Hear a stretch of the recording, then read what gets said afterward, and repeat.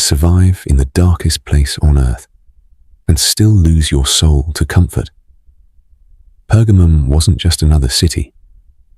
It was Satan's headquarters. Imagine living where evil didn't hide in the shadows, but sat enthroned in broad daylight. Pagan temples dominated the skyline. The massive altar to Zeus loomed over the city like a throne. Emperor worship wasn't optional. It was the cost of doing business, of staying safe, of belonging. And right in the middle of this spiritual war zone stood a small community of believers who refused to bow. They held firm when it cost them everything. When Antipas, one of their own, was executed for refusing to deny Christ, they didn't scatter. They didn't recant. They carried his witness as proof that some things are worth dying for.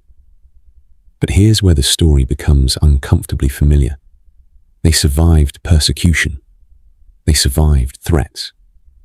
They survived public execution. What they didn't survive was slow compromise. The subtle shift. The reasonable accommodation. Some began to say, does it really matter if we attend a few ceremonies? It's just business. Others whispered, everyone's doing it.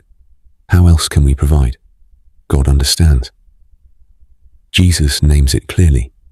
This is the teaching of Balaam, the prophet who couldn't curse God's people directly, so he taught their enemies how to seduce them instead. Not destruction by force, but compromise by comfort. And how many of us face the same danger? We'd stand strong in a crisis, but we quietly surrender in everyday choices. We resist obvious attacks, yet give in to subtle ones. Moral shortcuts, ethical grey areas, the quiet trade of conviction for convenience. Jesus doesn't excuse compromise just because persecution was endured. He comes with a double-edged sword. His word, cutting through our justifications and exposing what we've been calling necessary. But notice this. He doesn't abandon them. He calls them to repent, to return, to be restored. And to those who overcome, not just persecution, but compromise, he promises hidden manna, sustenance the world can't see and can't provide, a white stone, a new name, an identity not shaped by culture, but by Christ. Pergamum's challenge is still ours. Can we live in Babylon without becoming Babylonian? Can we stand firm when faith is costly and when compromise is comfortable? The throne of Satan isn't just a place. It's any moment truth is exchanged for belonging.